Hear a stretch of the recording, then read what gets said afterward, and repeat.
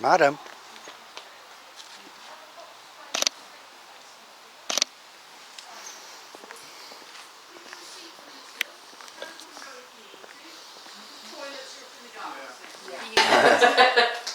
Have you visited here before? Yeah. Yes. So you know your way around it. Yeah. You were in the other day. Were you in the other day? No, not for. Karen looks familiar then. Oh, not for about a year. I think it was last year we came up. Is that the A series? Yes, A7R5. Very nice.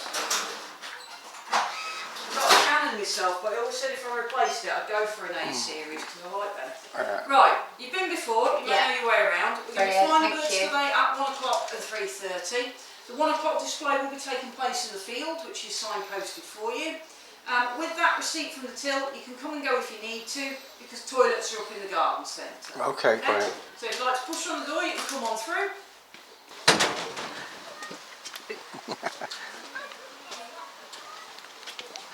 We always wander off when you clean that as well, just to make it.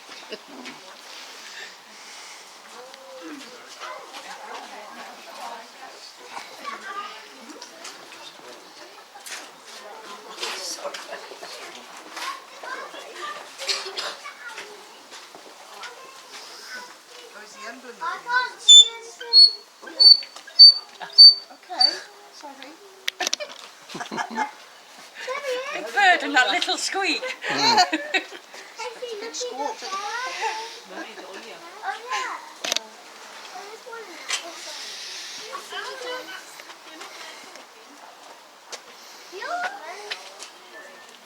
Dragon.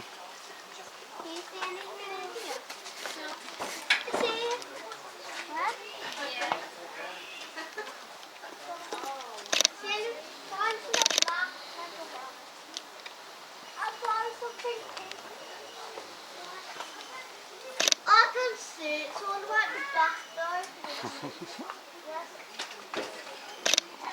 And this is really big. Sounds strong. Where is it, Evan? It's all the way at the back. It's called clock.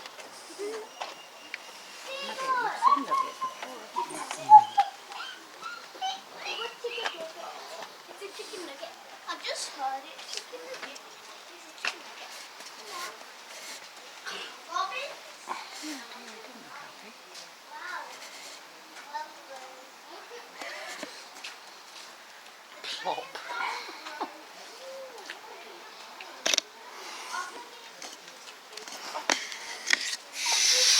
Yes, I know. He's having a go at you again already. And it's not even a swan.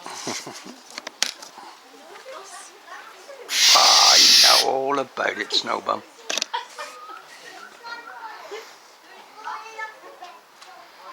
Oh, he's trying to have a nap, isn't he? Oh, yeah. I love this one. What's up this one? Come on, look at this one. Oh, God. Oh, that's a funny eagle, isn't it? What is that? Weird. What is it? Go and read the thing. Oh, wow. Weird. I think it was weird. It's the second largest bird.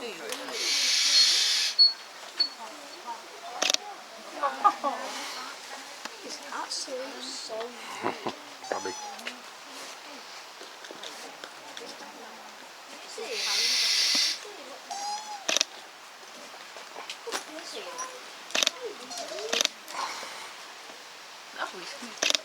Just here. Oh, look. Oh. Oh, isn't it cute? There's two. Probably have to get me some air or... There's two. There's two. You know, sometimes some birds like to sit on rocks and they put their wings out like that to dry. All right. Or maybe Let's go around. I don't know. All right. Back in a minute. Show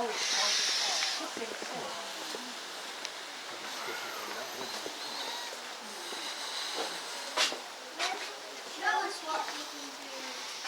I want to eat some today. Yes, looking for some Korean friend sweet.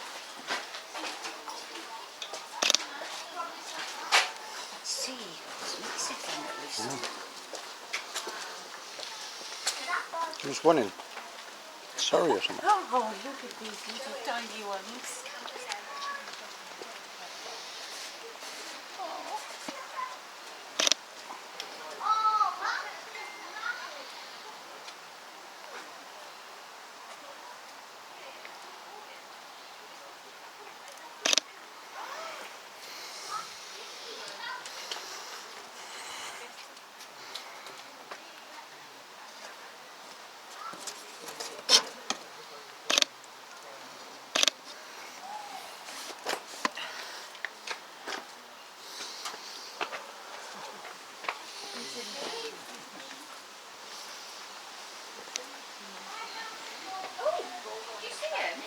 No, hold on.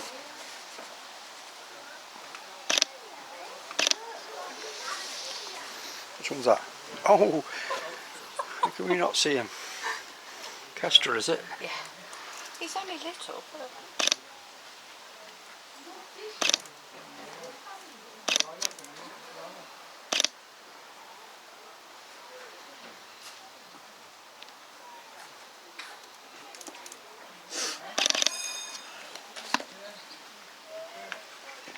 Puppy.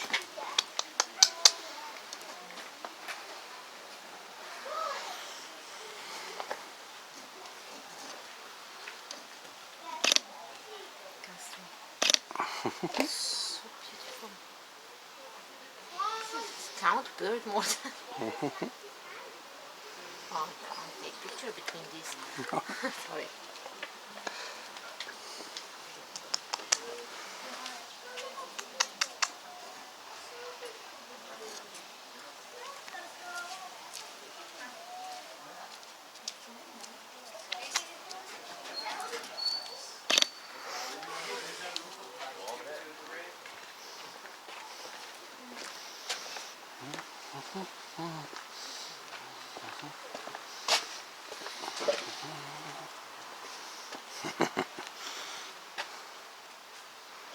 The snowball.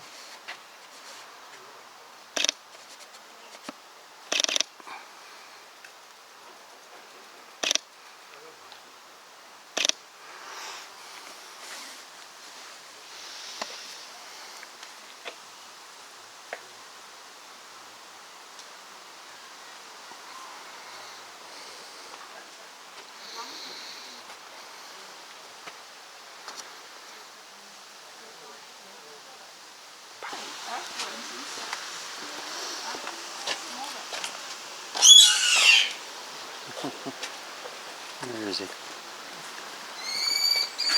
Jerry. Sorry guys, I'm just about to get him out. Oh, look! Oh!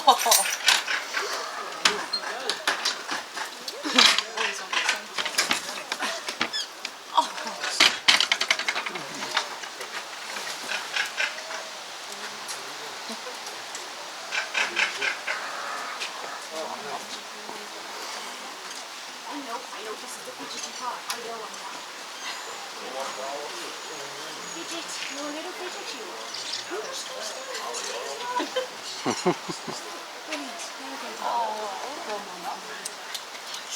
He is, he's adorable.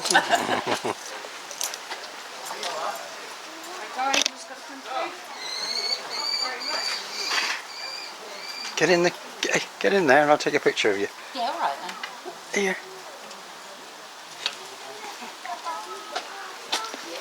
And we have No, there's cameras. You have to do it from there.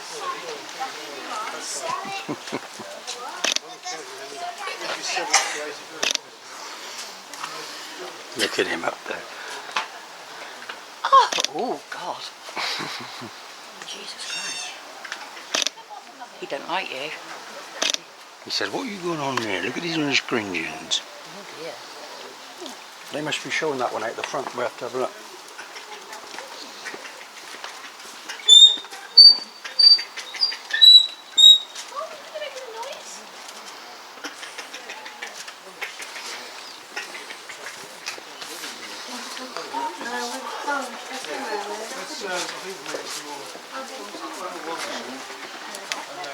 The shop. Display.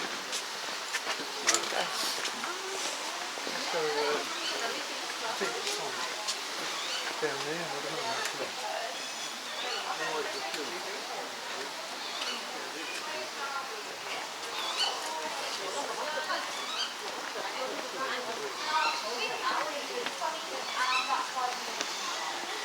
He does our animal experiences and he also does our children's experiences too. So we thought it would be funny to slightly terrify younger children and tell them that the first bird that will be flying is a bird called Goliath. My colleague is very good, actually both of them are very good at creating little faces of terror. Are you ready? You're going to join back in? Goliath! So when you tell them Goliath's the first bird you're going to see, you get faces of terror that chase. Baby noise. It's the equivalent noise of walnut. They all make their baby noise because what happens when you make it? Did you want to sit here? Do it. No, it's okay. With feeding it. Should get better So pictures. as far as Goliath is concerned, so that's your mum over there, right?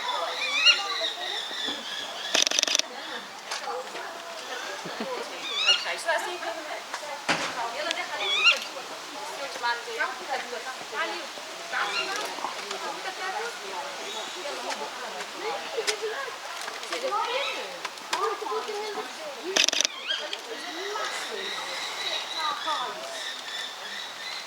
And those eyes, they actually take up over 1/3 of his skull. They are shaped like tubes, and they go back into his head. They have a very binocular vision. This is why I have a you imagine looking through a pair of binoculars, would you be able to see your feet? No. That's exactly what owl's vision looks like. Ready? Sit. So to compensate for the lack of vision here, he has all of these really sensitive, pronounced feathers around his beak. They are actually termed as phyloplumes. Phyloplumes literally breaks down into feeling feathers. They act the same way cats' whiskers do. The reason why he has no vision here is because his eyes are locked in place. He can't actually move his eyes around in the socket like we can. Because they're shaped like tubes and not spherical.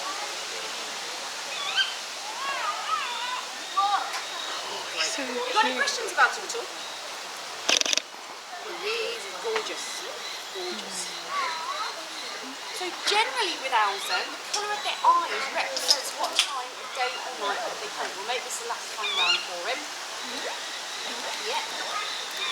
The light has got very dark eyes like the lights. So therefore he is nocturnal. Owls with yellow eyes, they represent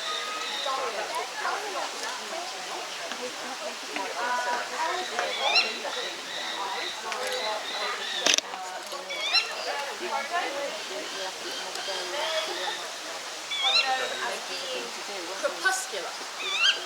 Now crepuscular comes from the Latin crepusculum and means twilight.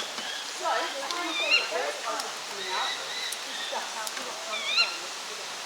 So orange like the second.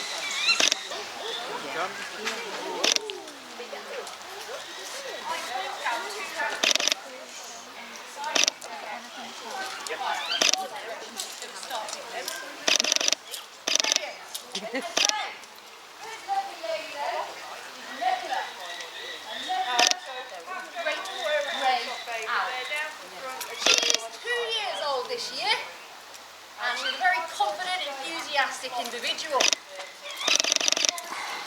She is. Now, as big as she looks, does she feel as heavy as she would expect?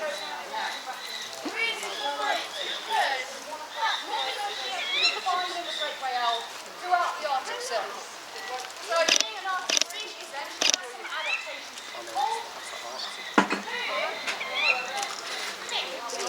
layers of feather. That is why she is not as heavy as she looks. a lot of nebula is, well, fluff. Some points, nebula's feather is actually 2 inches thick. The facial disc. Yes, okay, so now that you've brought up the facial disc then, let's cover that a little bit more. So the great grey owl has the largest facial disc of all owls. In theory, that means that they have the most acute sense of hearing as well. Yeah, being an Arctic species, they would be hunting in really snowy conditions. One of their favourite types of prey is a rodent called a lemming. Lemmings tend to be in tunnels under about 12 inches of snow sometimes. Yes, of course you are, yeah. What I'll do is get one of your girls to move over a little bit so our triangle looks more like a triangle. Okay, and this way, please. When you're taking a photo, try and stand to this side so you can get them in. Alright? Yeah, thank you. Brilliant. Perfect. So if a lemming is scurrying around under 12 inches of snow, great grey owl would be sat waiting in ambush. They would utilise that wonderful facial disc here. It works the same way in which our earlobes do. It catches sound and funnels it through to the actual ears that you can't actually see. Their ears are either side of their eyes. You've got one line of their eye, the other is slightly below. Oh, I'm so cool then. Goodness me, I didn't get spoiled today. Having ears that are offset means sound hits your ears at 2 very slightly different times. And it gives you pre-hearing. It enables the owl to triangulate precisely where the sound will come from. This is how they find their prey under the snow. Nothing to do with the eyesight at all, everything to do with their hearing. So once Nebula has located precisely where that noise has come from, she did it before it came in. Do you see how low to the ground she was? That's what they do. They jump off their high vantage point and fly very, very low to the ground. Make sure they pinpoint precisely where that sound is. Just before they reach in with their lovely long legs, what they do is they line their feet up with their face. Just to make sure they are reaching the right spot. Now she's actually quite powerful for an owl. Look at how she is. She has legs strong enough to punch through about 12 inches of snow. That's pretty impressive. There it goes. Many mammals can do it, but for birds it's quite unheard of.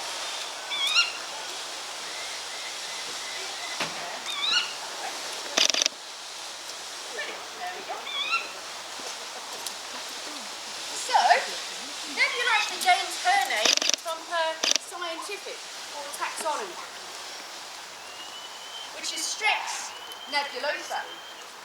Strix literally means owl, and nebulosa means nebulous or cloud-like. And that's in reference to how fluffy she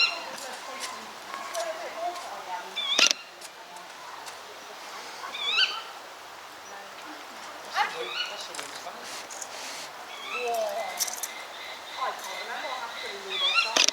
You know, it's funny, there are so many signs around here with information about all of our flying birds, but because we try to get them from the back of there, it's not the front. We always forget to do so.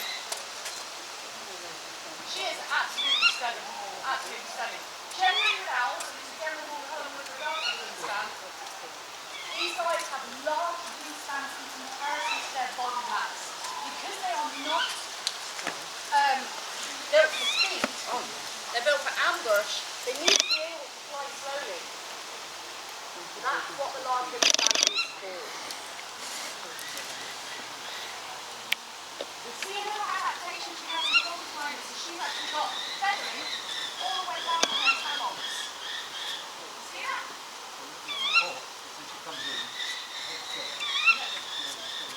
Yes. Yes. Now, Nebula has fantastic camouflage herself. During the Arctic Circle,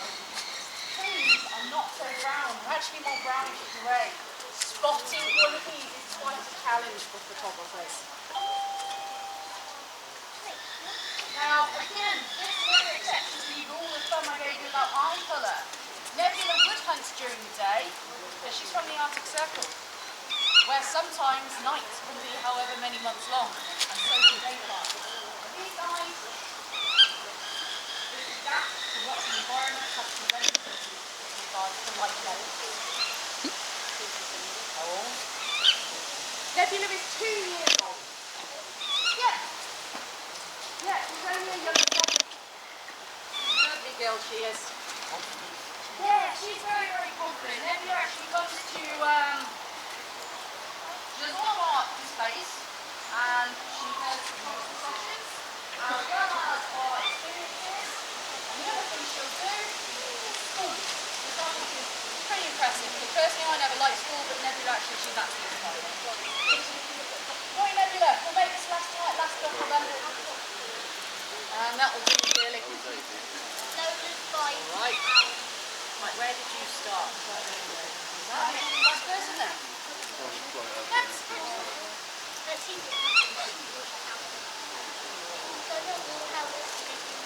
Yeah, I'll see if she'll stay still long enough for us. Nebula.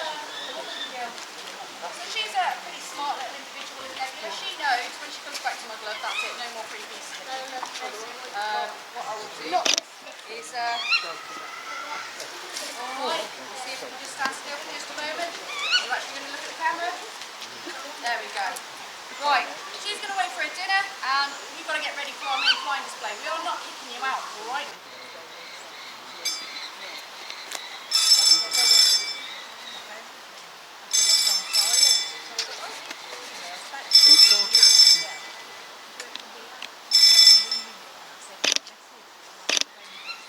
Poser.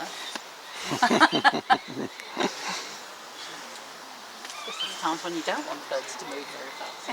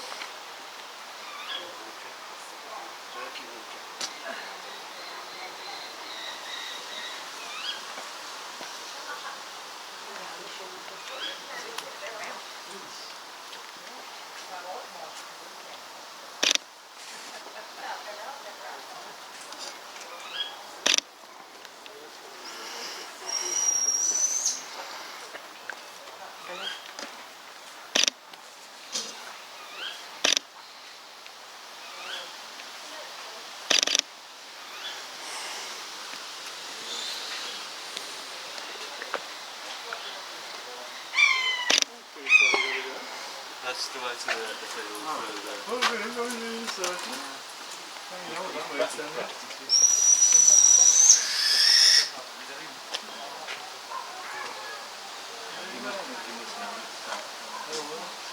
Oh, yeah, you're flying.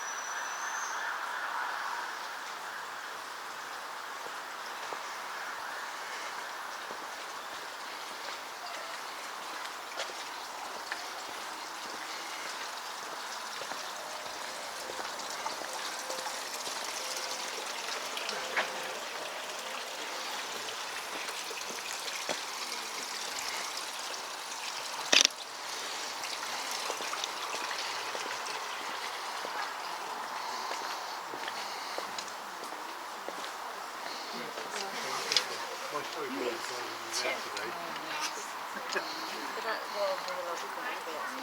we'll take you up on that. Yeah. I don't know, I don't know, it's like a sanctuary for me.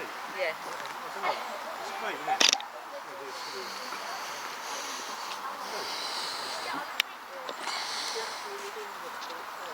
Yeah, you'd bother coming out. We're from London. This first one that we're going to fly then, he is one of our owls. So he is something called a spectacled owl. So spectacled owls originate from the rainforests of Central and South America. So one of the countries they live in the wild is Costa Rica. So this one then, his name is Costa. So he's named after Costa Rica, not Costa Coffee, as quite often people think when they read the sign on his aviary. So Costa then, he's 8 years old this year, and by law, all the birds that we fly here, all the birds that we house permanently, have to be bred in captivity. But we take in and we look after injured wild birds of prey, but the wild birds are not allowed on display. So they're kept away from people and they go back to the wild then when they're able to. So we haven't got any at the moment, but we did have a baby buzzard come into us just over a week ago, and it had flown into somebody's porch and knocked itself out. So I took that back the night before last and released it in the same area, and hopefully it won't fly into a porch, and she saw the bird fly off then as well. So hopefully then that one will survive. So that's part of what we do, but people are never allowed to see the wild ones. Well, that lady did, but she brought it in. But they're kept away from people and then go back then. So Costa here then, he's been hand reared. So all the owls that we fly, they've all been hand reared, so they all think we're the parents. So he does make a noise. Do you say hello? No, don't want to say hello. There we are. So that noise then is just the noise that the baby makes to its parents. Then in the wild, once they leave the parents, they stop shouting. But he's never left us. So he keeps shouting and we keep feeding him. So it works then. So he still keeps making that noise then. So our oldest flying bird, our oldest flying owl, is Cash, an eagle owl right by the exit door. So he's 29 years old this year, bred down here 29 years ago, and we've never left him. So he still makes his baby noise, shouting to us then. So owls then, they use their really good hearing to hunt and find their food in the wild. Costa, you coming over? Come on then, get on with it. No, come on. They're never that quick at the beginning, are they, owls? Come on then, Costa. So the owls use their hearing to hunt and find their food. That's why you're slower. So you can't see their ears. Their ears are just holes in the side of their head, behind their eyes, and they have one ear that's in line with their eye on one side of their head. And then the other ear is underneath their eye on the other side. So any sounds that they hear get to their ears at slightly different times, and they can then pinpoint exactly sound of their prey creeping along through the undergrowth, and they can fly down and catch it. A majority of owls are silent in flight, so if they're silent they can then hear their prey moving around, and then hopefully their prey can't hear them coming. So Costa then, the only owl that we fly here that we don't actually use on any of our experience sessions. And we don't fly him to other people at all, basically because he does what he just did to me then. He forgets to let go. And people think they've done something wrong when he's hanging upside down on their glove, so we don't fly him to people then. But luckily we've got another spectacled owl called Mr. Jangles, who's brilliant at flying to people. So Costa's our one that we use for displays. So for years he has been out to lots of shows and displays. So we only started renting this field, well, we've been renting it 5 years I think this year, but we only started doing displays over here last year So then we've stopped going out to country shows and displays and things, which is where he used to fly And so he's brilliant that he's never bothered by anything at all. And in 8 years, it's only ever gone wrong once. With Costa, I was flying him at a massive big country show, massive big display. He was sat on his perch, I shouted him, and he went flying the opposite way, away from me. And he went and landed on a speaker. So, because I had a microphone on, exactly the same, and those speakers all the way around the arena, when I shouted him, he thought I was in the speaker. So he landed on that, I muted the microphone, shouted him, and then he came flying back over to me. But here, he's learned where obviously the PA system is now, and he does sometimes he's looking that way a little bit, but he is generally focused on me. So in the wild, they're focused obviously on the noise of a rat scurrying through the leaf litter on the forest floor, whereas they're focused on our voice, and they recognise our voice. So Costa doesn't really fly for anyone else at all, do you? So you only fly for me. You coming then? You don't do that very well. Little fella. You good boy? You got that? So he doesn't go out to shows and displays anymore, but we still take him into schools, and he still flies in schools. And normally with Costa, what I do is if children want to in the schools, we get them closer to the middle, and we'll get them to lie down, and Costa will fly really low over their heads. So it's only really in schools that we do that. I always tell the children as he flies over people's heads, to put their hands over their mouths in case he poos.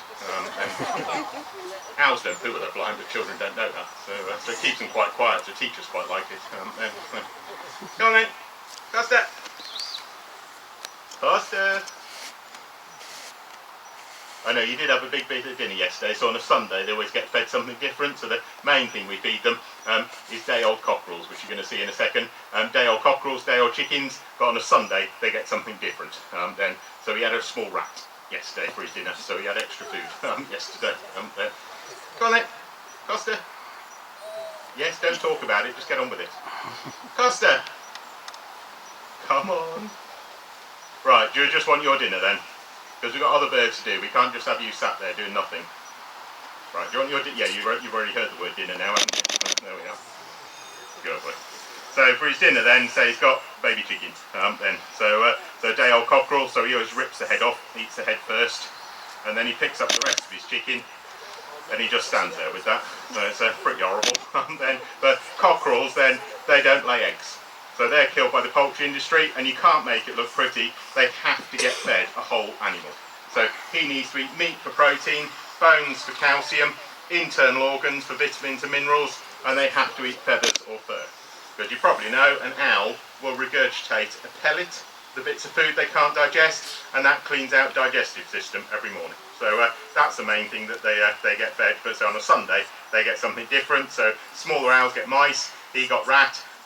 The vultures all had venison yesterday, and a lot of the eagles had venison as well. They don't get the best bits of venison, so we do. And then the falcons, because they catch birds, they get quail. And the fish-eating eagles get fish. Right then, we're going to pop you away then. We'll do someone else. Rocky is 5 years old, and he is an African lanner falcon. Now, falcons are bird-catching birds. So all the birds that you've seen flying on the experiences this morning, the owls, the hawks, the buzzards, the eagles, they catch their prey down on the ground. Falcons are designed to catch birds in flight. So this thing that I'm going to be swinging around for Rocky to chase is called a lure. It's just a leather pad, there's a piece of chicken attached to it, and he is trying to catch this in the same way as he would catch his prey in the wild. Now, if it was up to Rocky, he would catch this on the first go, every go. But I want him to do a little bit more work than that. So as he comes towards me, I present it to him and then snatch it out of the way. In exactly the same way as his prey would be trying to evade him in the wild. Because no pigeon is just going to fly in a straight line and let a falcon knock it out of the sky. It's going to duck and dive and twist and try to get out of the way, which is what this lure is simulating. Now, Rocky, he just wants to catch this as quickly as possible, because he knows as soon as he does, he gets his dinner. He is not interested in putting on an amazing flying display for you guys. He does not want to be the supreme athlete that he's built to be. He wants to be a couch potato. He just wants his food as fast as possible. So here are some of the tactics that Rocky is employing. As you can see, he will go a long way out, make a sudden change of direction, and come straight back at me. He'll go up high above me, and then he'll suddenly stoop or drop in, like that. And sometimes he will drop down low and hide behind the trees, the fences, the buildings, and then just pop up somewhere else, all to try and catch me by surprise. And these are all tactics he would be using to catch prey in the wild. Some of the other tactics that Rocky likes to employ here, sometimes he likes to go up above me and then just fly round and round in circles and wait to see if I get dizzy and fall over. Because that worked for him once, and now he likes to push his luck. Sometimes he does like to go and sit on the roof of Falconry Centre and wait to see if I will give him his dinner for doing nothing. Because he thinks I can't see him, and I'm going to think he's doing loads and loads of flying, and he's actually just sat still. Go on, drop in from there. Always tricky when he does that. Nice. Well, you're doing well today, Rocky. He does like to test me sometimes. But again, these are all tactics he would be using against prey. Now, I say that these are bird-catching birds, but lanners are a little bit different to some of the other falcons. They don't just catch birds. They will catch ground-based prey as well, this species. So they will eat things like small to medium-sized mammals, little lizards and snakes, all sorts of different things. And that's because compared to a lot of our other falcons, they've got a very long tail. And the tail on a bird of prey is its rudder, its steering system. The longer the tail, the more agile they tend to be. But a long tail does create drag, so it can slow them down. So the other falcons, particularly the peregrine, they sacrifice agility in favour of speed. Whereas the lanners, with a much longer tail, they are much more agile, so he can really twist and turn. Now I can see Rocky's starting to get tired now, sticking a lot closer, so I'm going to give him one more chase, and then I'm going to shout to him. And that shout will tell him to slow down, because I'm going to let him catch it. There we go.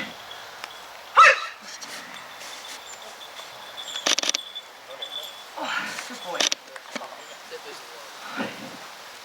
Now people say to me, he's not hungry. He's not come up for his dinner straight away. Very technical name for this in falconry. Knackered. Flying like that is really hard work. That's a lot like running a sprinted marathon.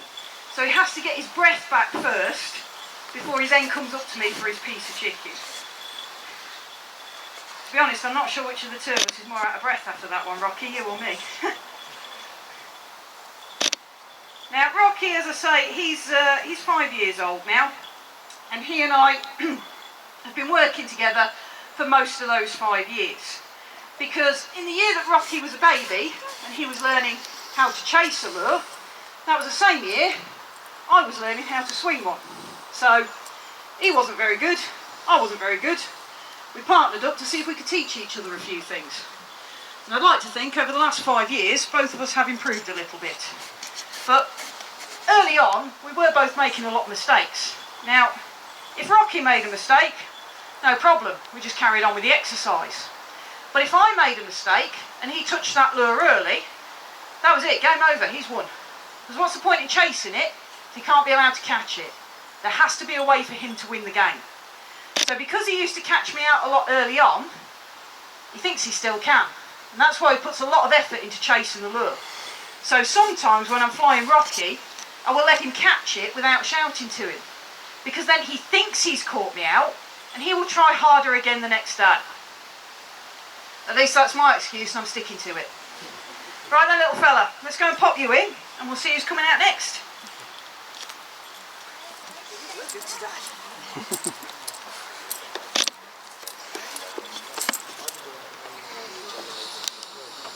A bateleur eagle. So bateleur is an old medieval French word for acrobat or tightrope walker. So when these soar a long distance, they will rock the wings side to side, like a tightrope walker would do. So these are in the group of serpent or snake catching eagles. So if she was chasing a snake in Africa, she'd put up that crest of feathers over the top of her head. She'd put out her wings as well. So if a snake went to strike her, hopefully venom would get trapped in the feathers. But they got thick feathering on the chest and really knobbly scales on the legs and on the feet, all trying to prevent snake bites. But out of all types of snake catching eagle, these don't catch many snakes. So quite often in Africa, they're scavenging carcasses with vultures, but they spend a lot of time naturally walking walking around on the ground, chasing chameleons, geckos, large insects. But if they're walking around on the ground a lot, their tail will drag on the ground. And if their tail is dragging through long wet grass in Africa, it will keep getting wet, dry, that it, come on, walking, that it keep getting wet, dry and get brittle and break very easily. So these have evolved to have a very short tail. And the Latin name of these, very complicated, is Pterophopius equitatus, which translates to marvellous head, short tail. So it says everything about them. So Nugget here, she's 20 years old this year. So hopefully captivity, you're looking at about 40 to 50 year lifespan. For an eagle this sort of size, wild, it'd be about half of that. So captivity, they're guaranteed a food, which they're not in the wild. And as they are in the wild, they've got to compete with other battler eagles for territories and for food then. But she doesn't have to compete.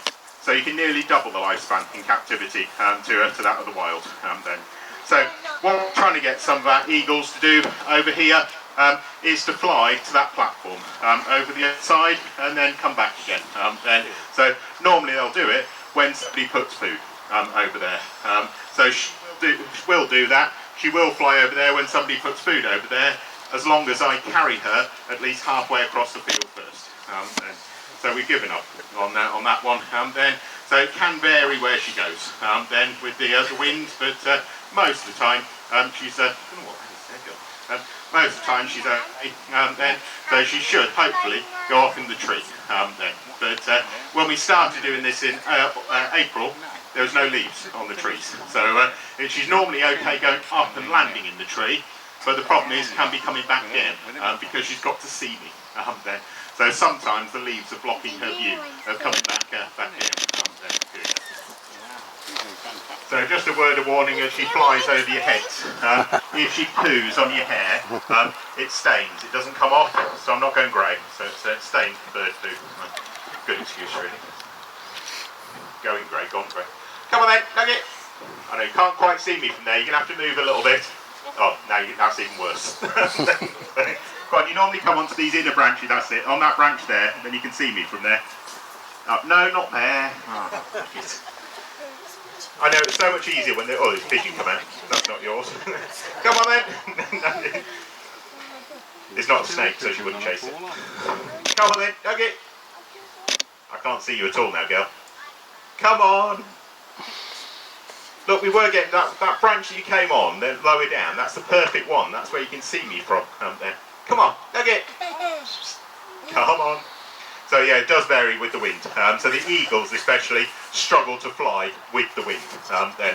So if there's quite a strong breeze, she will sort of do a bit of a fly past. So she has done it a few times when she's come down from there. She's actually gone round webs, come back over people, and then land in the arena. Sometimes she'll go up in the oak tree as well. Look, I'm going to have to get into a place where I can actually see you. I can just about see you. Oh, there we are. All right, you can see me now. Come on then. There we are. That's a better angle.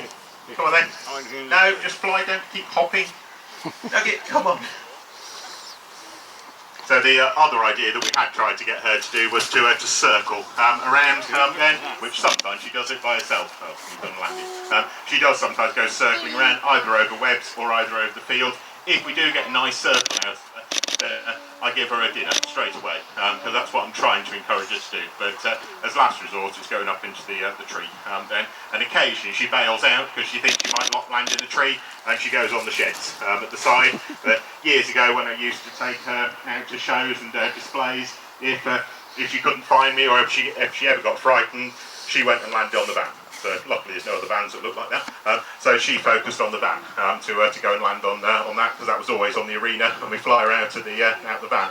Go on, can you get straight down from there? No, you're going back into the tree.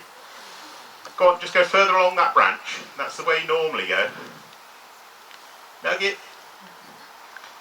Come on. So this is one of our eagles that does our eagle and vulture sessions, flying to people. So we've got people booked on that tomorrow afternoon flight. No, you're in a perfect place to see me. So we've got people booked on that tomorrow, although she might not do the eagle session tomorrow because we might bring her out here instead. She weighs 5 pounds in weight. the biggest eagle that people fly is the eagle that's just round the corner from where she lives, is the bald eagle. So he weighs 8 pounds in weight, but occasionally we have to miss him out because I fly her to people, and then we've got nothing in between that flies to people. So if people are really struggling with her, trying to hold her, then have to miss her out. They'll miss the bald eagle out then because they can't hold him. So with this one, if she won't fly, if people are struggling with her at 5 pounds, they can use their right arm to support their left arm. But if you put your bare hand there with the bald eagle, he bites. So people have to be able to hold their arm up with the bald eagle there. Nugget, come on then. Come on. Come on, I can just see your head. You can just see me, but yeah, I suppose you've got no good flight through there, have you? Nugget, come on. Turn round. Some days she just takes a leap of faith and just hopes then. So. Go on then, I think you're going to have to do that. Come on, Nugget. Nugget, come on. Oh, should we try a bigger piece? Yeah, chicken head. There we go, I just took a leap of faith then. Yeah, so because you saw a bigger piece. Go on then, one last time up there then. I know that wind's picking up now. Go on then. Yep. So there's 59 different species of eagle in the world. This is the only species of eagle that's sexually dimorphic. So males and females are different colours then. So last time down is easy because I can move and she just comes straight down to me so she can see me. So she gets her chicken then, and it just goes straight down. Then, another one. Whoop, you dropped that. So there's the only species of eagle that's sexually dimorphic, with the males and females being different colours. So she has that silver bar on the side of the wing, and the male is dark there, and then the female has more white underneath the wing than the male. Then, so every other eagle species, they're the same colour as each other, male and female. This is the only species that's different. But in birds of prey and owls, female can be up to a third larger than the male. So our male bald eagle weighs 8 pounds, but our female bald eagle weighs 9.5 pounds. So say she's 5 pounds, and a male one of these weighs 4.25 pounds. Right then, should we go and pop you away then? We'll do someone else. I know you love destroying the gloves, don't you? Come on then, you.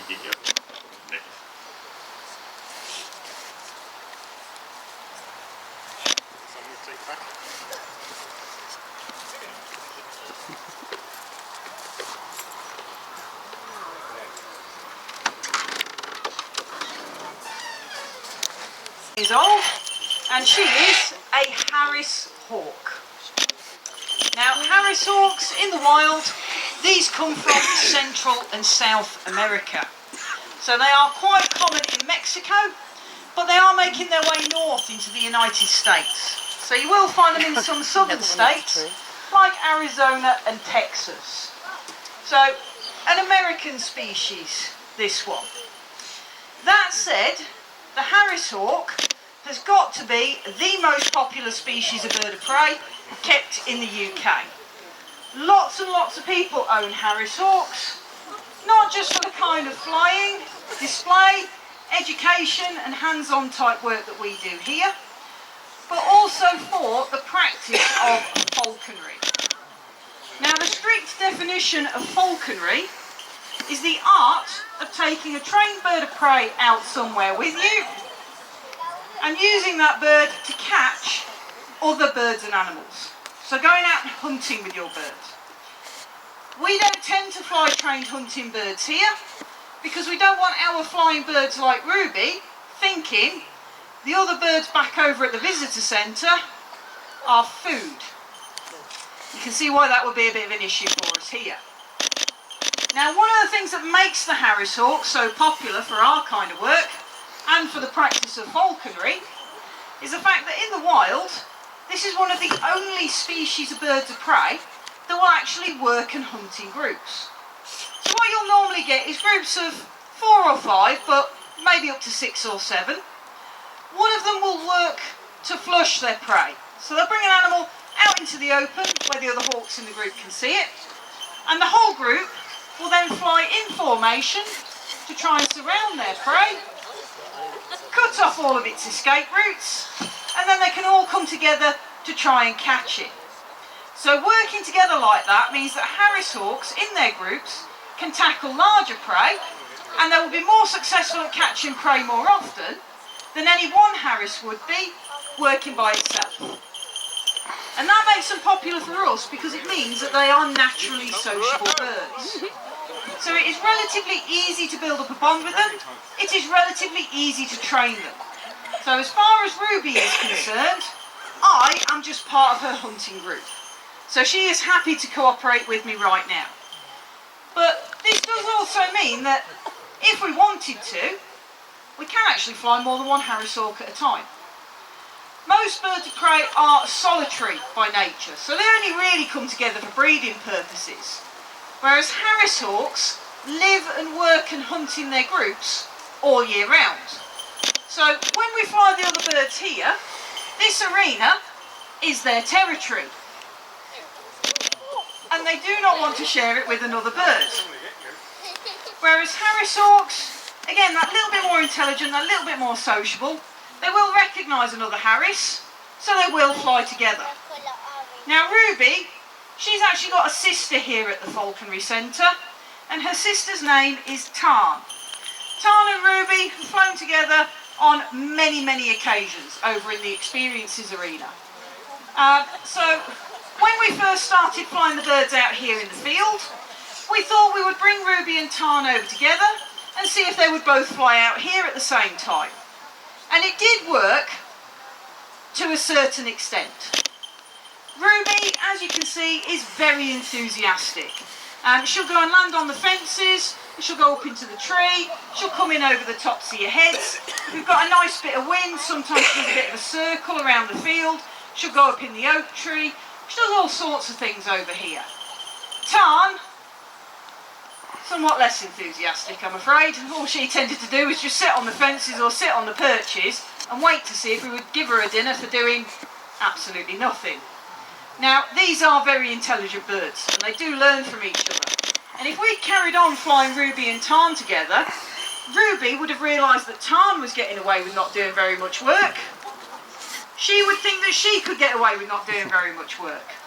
So we only tend to fly her by herself out here, just to maintain this level of enthusiasm. Right, Ruby, I can see you getting tired, girl. You're panting a little bit, so she's going to take herself back up into the tree, and then she's going to come down to me to get her dinner.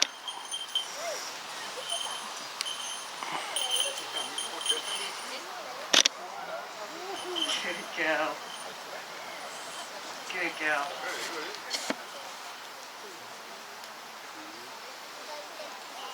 Yep, that's called mantling. She's dropped her wings and fanned out her tail. To mantle just means to cover or to shield. So she's hiding the fact that she's got food from anything flying around up above her that might try and steal it off her. It's a bit like when you've got a nice big piece of chocolate cake, you don't want to share it with the person sat next to you. What do? That lady gets it. It's all mine, not having any. Sorry guys, she's not sharing. So that's what Ruby's doing. Right then, little lady, let's go and pop you away, and we'll let the next bird come out to fly.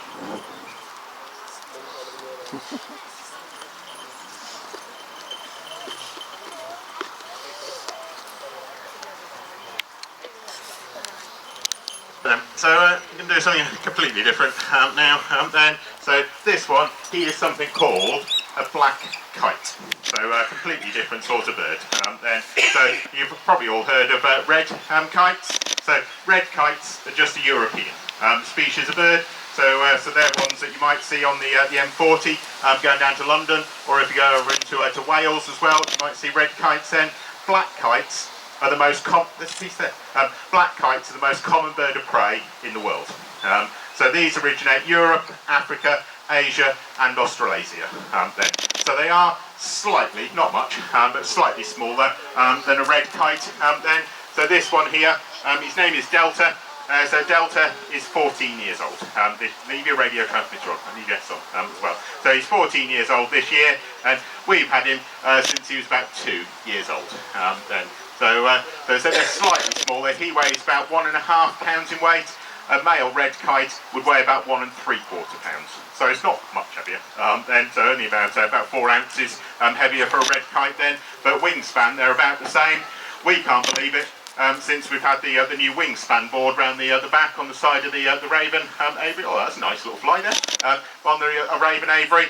that the red kite is not much different in wingspan size to a golden eagle. Whereas a female red kite is weighing about 2 pounds in weight, whereas our female golden eagle weighs 9.5. But the wingspan isn't much different then. So it's amazing the wingspan on the kite.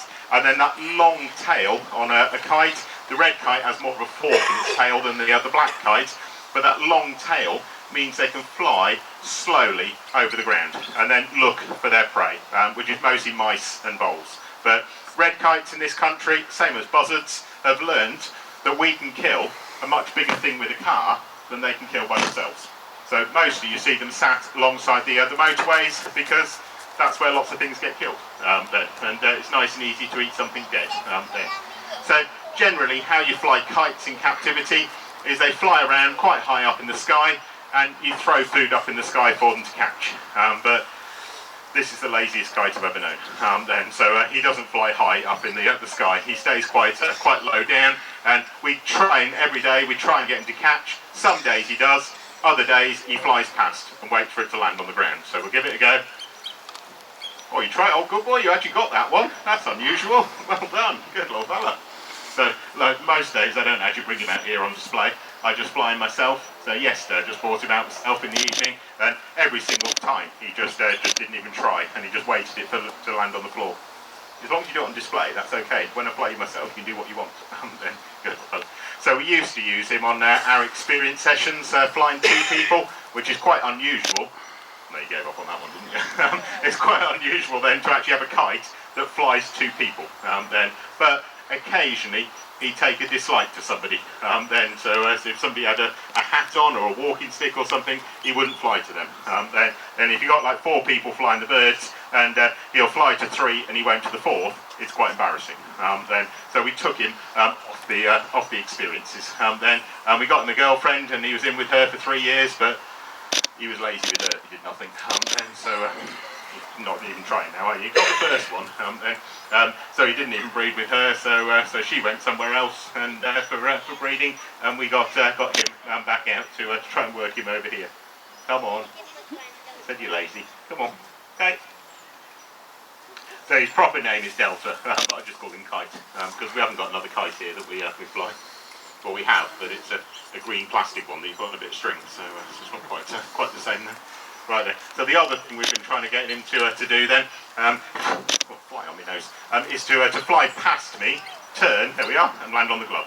And if it's a bit breezier, he will go further. And then the idea after doing this then of getting him to fly past me and turn is to try and get him to do 2 circles and then turn. But so that's 14 years so far. He gets to just about do 1 turn. So don't expect much else. Right then, can you go again, the little fella? But he doesn't like. Oh, go away. That's a bit further away. Good boy. He doesn't like being in an aviary on show to the public. So he's kept in an aviary off show. So the only time people ever see the kite here is obviously when he is out flying on display. It's quite nice to bring him out. I've broken another microphone. I always break the microphones. Right then, should we do one more little circle then, and then you get your dinner? Good boy. Right then, little fly past. Go a bit further, Oh, there you go, isn't it? Right then, do you want your chicken? Good boy. Is it fella? So yeah, the eagle, as I said, would hope to live 40, 50 years captivity. So a bird this sort of size, you're looking about 20 to 25 years. So he's still got a little way to go yet. That's it, nice. Eat your chicken. Come on then, we'll go pop you away then, and we'll do someone else.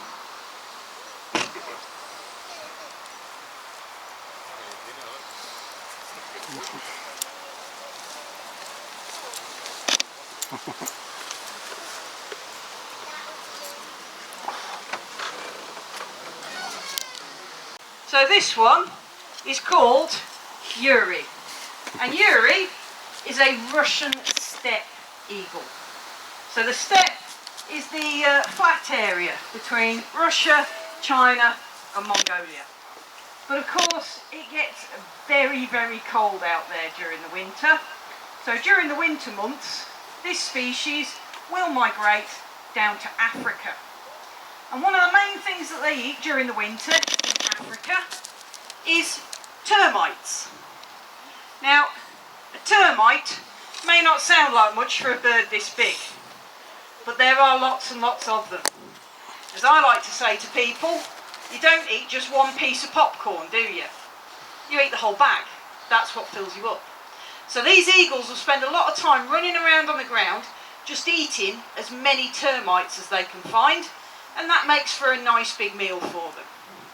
But these guys, they are in the group of mammal catching eagles, so they will also catch small and medium-sized mammals, but also again things like lizards and snakes. They will also scavenge carrion at carcasses in the same way that vultures do.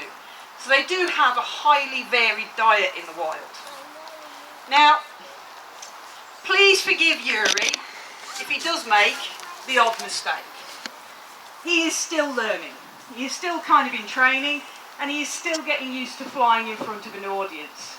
This is actually only his fourth time out here flying in the field, and this is quite a big crowd. Now, Yuri has been with us for quite a number of years, but for the first few years that he was here, he was actually in a breeding aviary with a female. So they were in together for quite a while, but unfortunately nothing ever really seemed to happen. They laid eggs, but they just weren't fertile. So we decided to see if they were able to rear some birds. So we did something that's called foster rearing. So we took a baby bird that had been hatched out from an egg from one of our other birds and just popped it underneath them on the nest sledge at around about the time that their eggs should have been hatching. That's how cuckoos get away with it. They will lay their eggs in other birds' nests because birds will instinctively rear whatever is in the nest.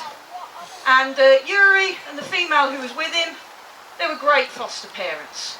They raised all sorts of different things, from Harris hawks to baby bald eagles. So they were great parents, they just never seemed to be able to hatch out anything of their own. Yuri. Now, a couple of years ago, we gave them 2 baby bald eagles to rear. Those baby bald eagles got to about 2 weeks old, and then sadly, the female who was in with Yuri passed away from old age, leaving Yuri on his own with 2 kids.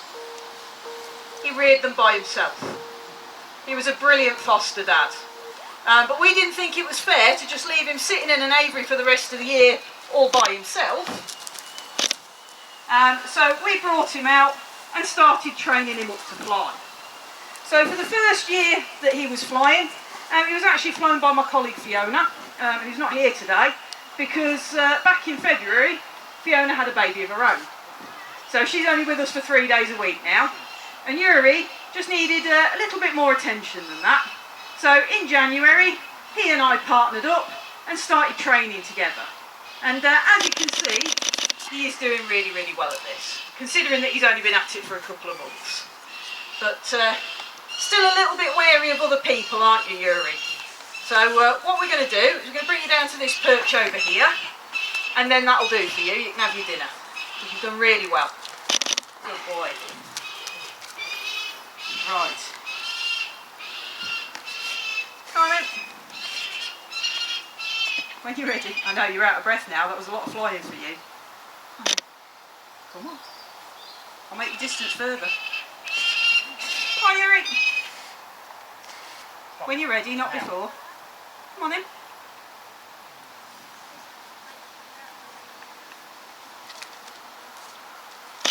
That's it. Good. Right. Well done, fella. See? They're not that scary, even if they are a bit weird looking. Yeah? Right, let's go and pop you away, and we'll let the next one come out to fly.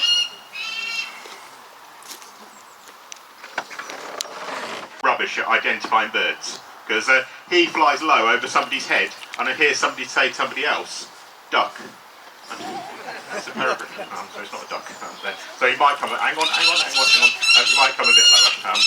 So exactly the same as Rocky then, so he'll chase this until I think he's had enough exercise. Some days, but I don't think he will today, some days he does go off, so he goes a bit lower, he does go for a bit of a fly round to start with, so the days that he disappears and goes off for a bit of a fly round, is on really windy days, but we don't get them. So he goes lower. So we don't get many of those through the summer generally. So on windy days, he will use the wind to his advantage, and he will go off further away. And some days he will go over a mile away before he comes back again. So one of the radio transmitters he's got on him is a GPS radio transmitter, so that's how we got the 104 miles an hour, was on the GPS radio transmitter, but then we can also see where he is as well, and how far away he goes, and he has gone over a mile away before he turns and comes back to us sometimes, but it's normally on the windy days that he does it. On a still day like today, he's got to keep flapping his wings to stay up in the sky, whereas on a windy day, he can open his wings and get pushed around, and it's much easier to fly. But how we got the 104 was on a windy day, and he went past me, going into the wind, and then he just pushed right up in the wind then, and that's how he got the high speed then. So, but I haven't pressed record today, so I can't see how fast he goes today. You won't be getting that fast, will you? So peregrine falcons are doing very well now in urban areas. So there's 8 pairs of peregrine falcons that breed in Birmingham.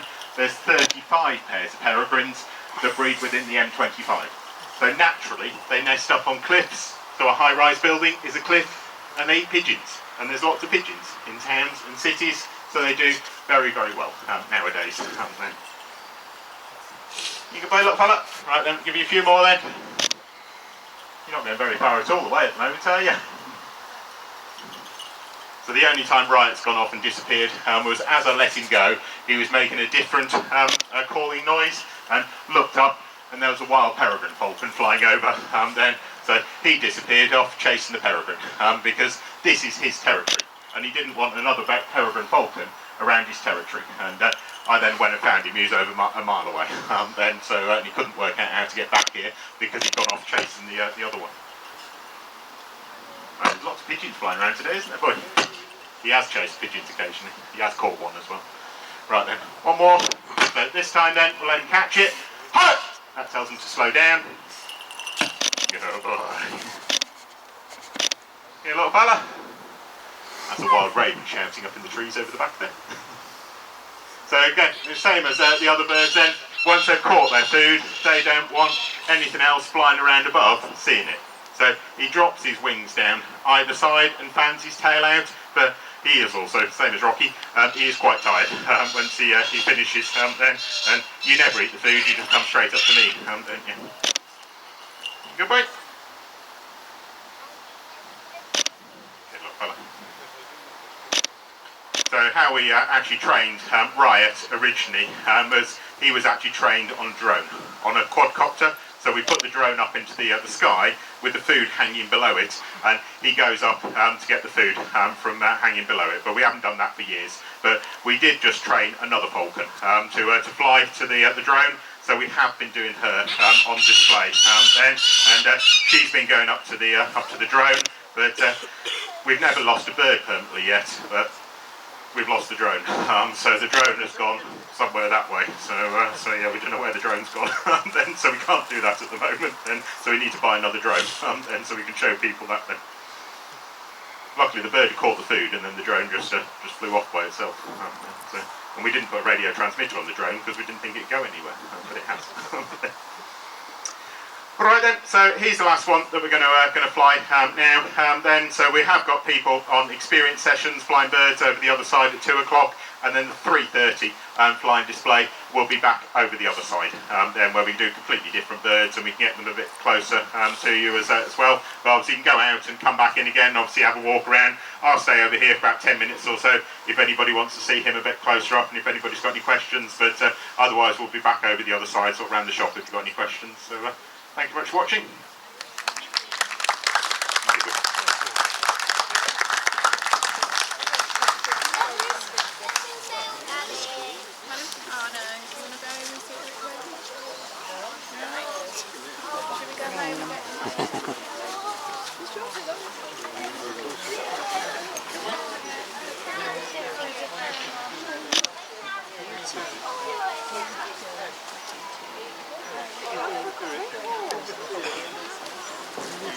You can go faster when it's really windy. But now if it's really windy, we can't fly the eagles. So the days it's really windy, then we can't fly much. Sorry. Where they come around by the children and the children put their gloves out. That's what we got them booked on. Yeah, all the experience is all pre-booked. Yeah. So so that's what we got booked on at 2 o'clock. Over the other side. Yeah. I can see the bees. Yeah, so we only use this field for the 1 o'clock display, all the bird handling experiences and yeah, you can do it.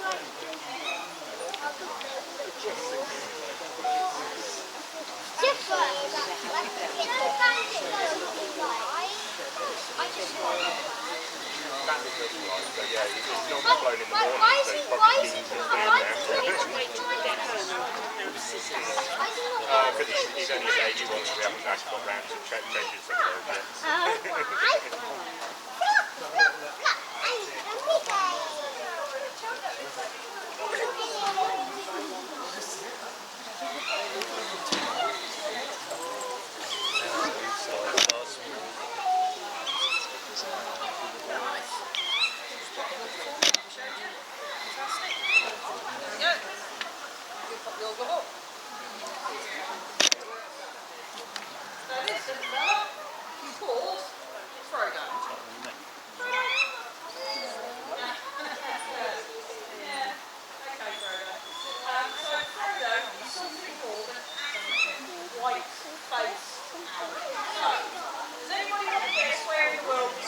Comes from.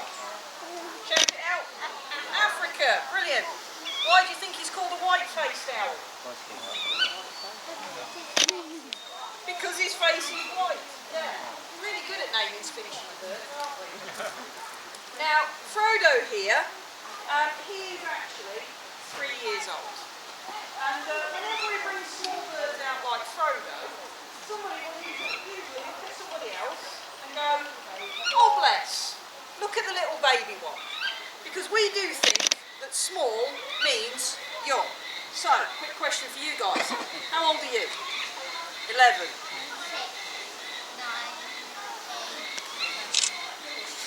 Brilliant.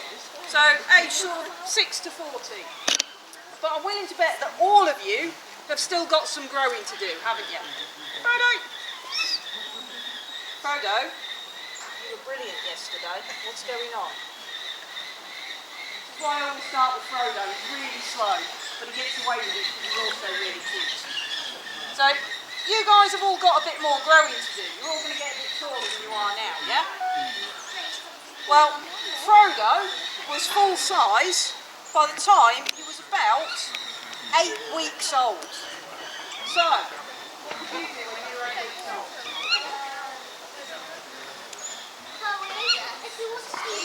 Swing and poo. I think that was about it, wasn't it? Yeah? Frodo was full size and flying by that age. Birds grow up really, really quickly. And the smaller the species, the faster they reach their full size. So most owls are fully grown by the time they're anywhere between 8 to 16 weeks old. Now, one of the first things you notice about Frodo, aside from how small and cute he is, Frodo, you're very distracted by that. I can't see anything, Frodo.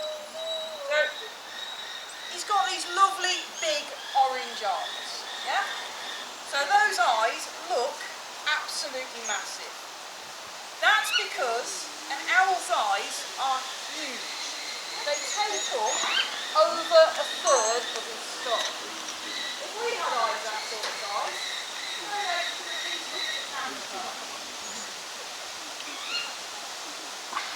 I'm very distracted by the fact that we had a pair of wild buzzards next to him, one of these trees at the back over here. And sometimes you bring him out and all he wants to do is sit and stare at the nest. But his eyesight is a lot better than ours, and part of that is because of how big his eyes are. His eyes take up over a third of his skull. If we had eyes that sort of size, it'd be like having 2 small oranges for eyes. I would look even more ridiculous than I already do. But not only are his eyes really big, they are also really long. So an owl's eyes are actually kind of shaped like tubes, and they go backwards into his skull, which means that they are completely fixed in position. He cannot move his eyes in the same way that we can. So we can move our eyes up and down and side to side without moving our heads, yes? Owls can't do that. So because we can move our eyes, we can go cross-eyed.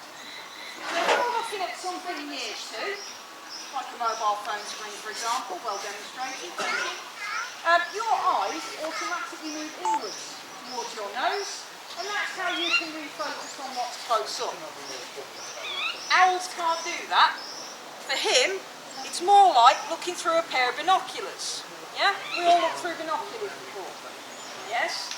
So everything in the distance looks really clear and really focused. But if you were to look down at the ground through binoculars, you can't see your own feet because they are too close for those big long lenses to focus on. So what happens? They just blur out. That's how an owl's eyes work. Now, can you imagine trying to eat your dinner if you're wearing a pair of binoculars on your face? You can't see the plate in front of you. How on earth are you going to manage it?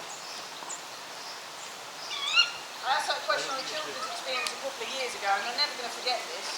Because a little lad, about 8 or 9 years old, just looked straight up at me and went, "I'd just mash my face into it." Which I thought was a brilliant answer, and he wasn't wrong. Take a look at Frodo's face. He's got some long straight feathers either side of his beak. They are very sensitive. He can use them to feel for what's close to his face.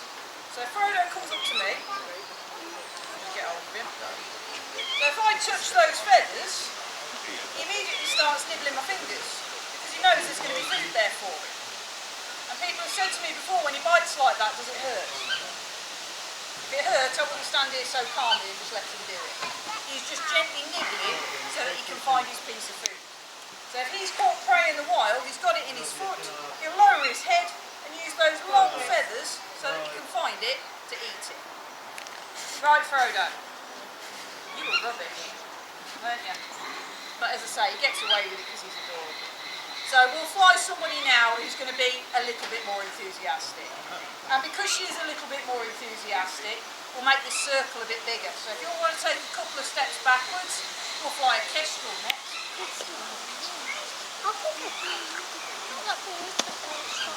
Wait, they're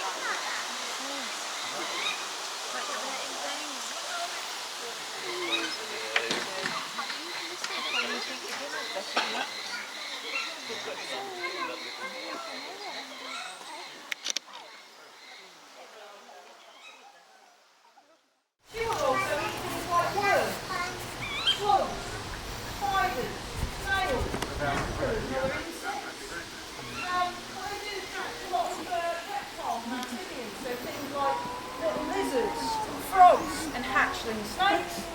Sometimes they also catch small birds as well. So they eat lots and lots of different kinds of things. So hovering is a great way of finding lots of different kinds of foods, but there are some problems with it. As I've already mentioned, hovering takes a lot of effort. It's hard work. So